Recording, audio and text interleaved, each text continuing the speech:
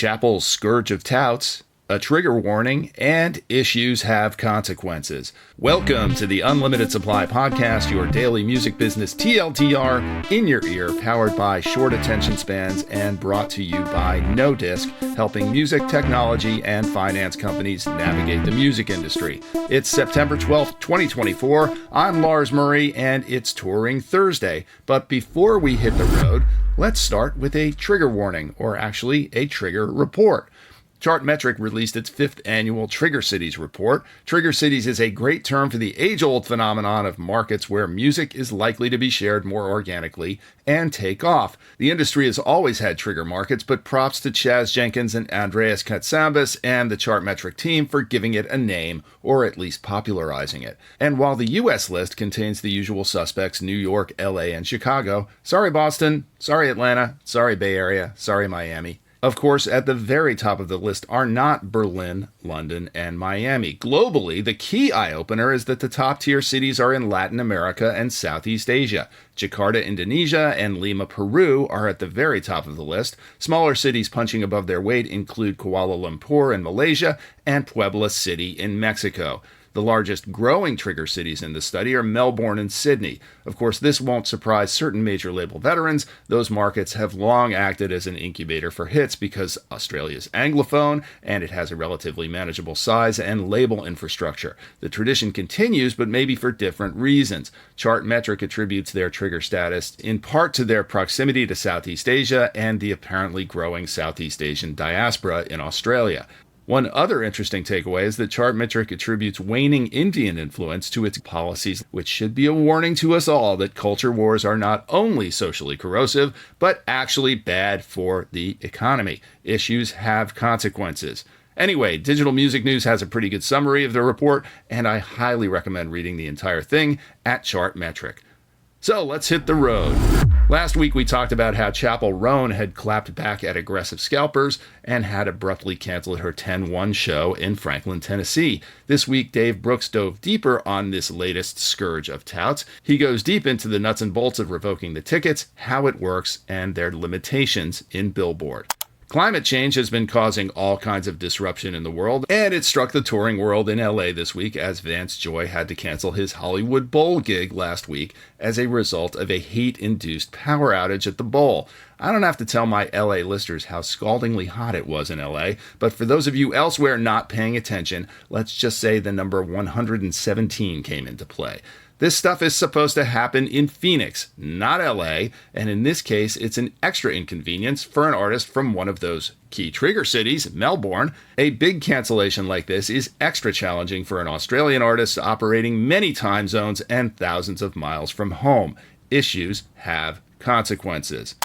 In music business worldwide, the never-shy Ticketmaster head Michael Rapino went on a PR offensive of sorts at the interestingly named Goldman Sachs Communicopia and Technology Conference on Tuesday.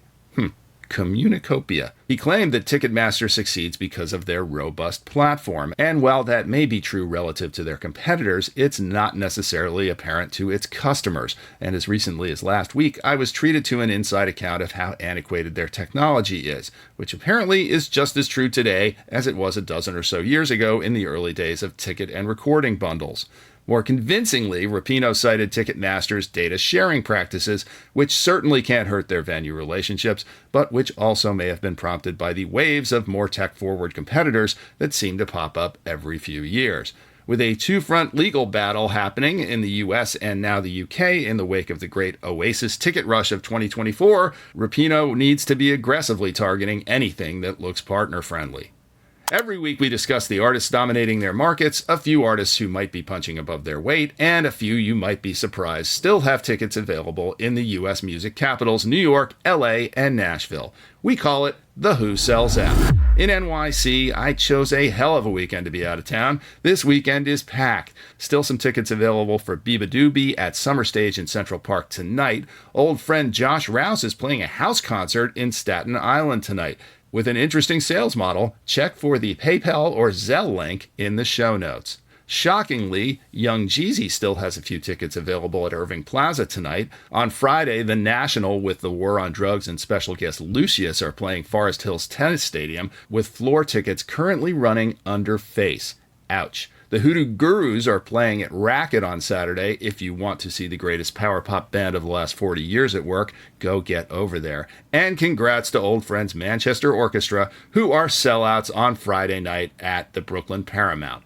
In Nashville, where hardly anything ever sells out, plenty of tickets available for Something Corporate's Out of Office Tour 2024 at the Ryman. Be sure to arrive early for Kevin Devine. Friday evening, Musicians Corner mounts another free show at Centennial Park. The headliner is Soccer Mommy with ZG Smith, Abigail Rose, Taylor Noel, and Love Montage. Also on Friday, old friends the Avett Brothers are at the First Bank Amphitheater in Franklin. Plenty of tickets available for that. Sunday, Dale Watson is an early bird at Chiefs on Broadway at 6:30.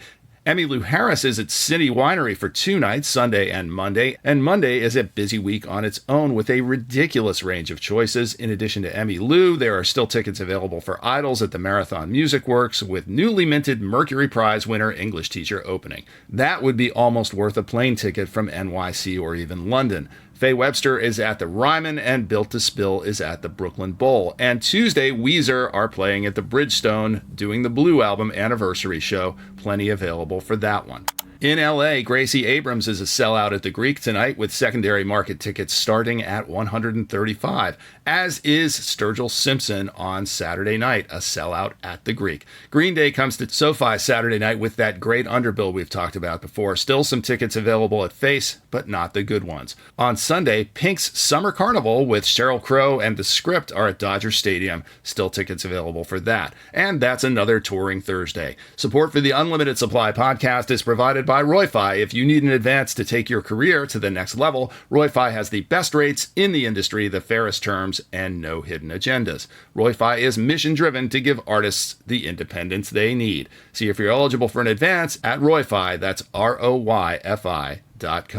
If you happen to be in NYC on October 15th through 18th, you might want to attend the Mondo Music and Tech Biz Conference. And if you do, well, don't forget to use our special promo code. We've got an exclusive code to save 25% off a ticket.